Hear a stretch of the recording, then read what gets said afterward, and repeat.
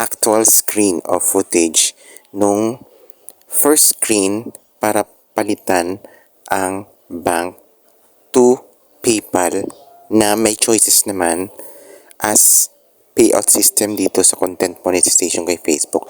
Ito yung pinakaunang screen. Dapat alam nyo yan under help, help option or help center.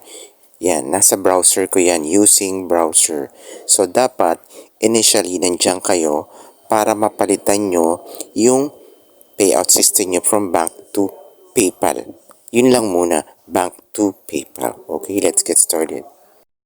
So, ang una nating fill upan yun, name ng Facebook nyo o yung registered na name sa Facebook nyo.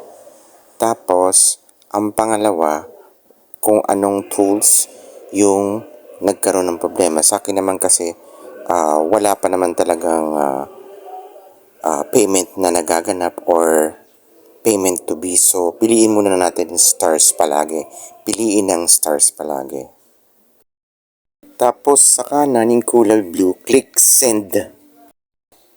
Ang susunod na screen, pagka-send, what can we help you? Ipiliin nyo yung account update. Tapos, send. Sa baba niyan, merong send. Every question meron diyang send. Kaya lang pinalaki ko kasi yung screen para mabasa nyo maigi. Palaging send. Next screen, what type of update would you like to make? So, piliin nyo yung update my bank or PayPal account. Then, send. So, ang next screen at next question is, please let us know why you're writing in. Describe how we can help support you. Parang yung ginagawa natin sa report a problem sa dashboard. So, papakita ko sa inyo kung ano yung ginawa ko dyan. Ita-type ko na lang dyan or mag-a-appear yan. Copyin nyo na lang yan.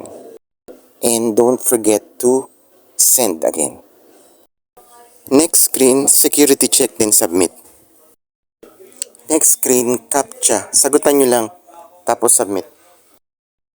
Next screen, check nyo lang I'm not a robot, then submit.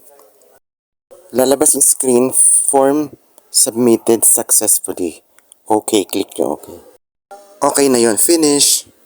Hope you learned something. So, we wait na lang natin yung reply nila or finix na nila yung ating payment method from bank to PayPal, yung payout natin.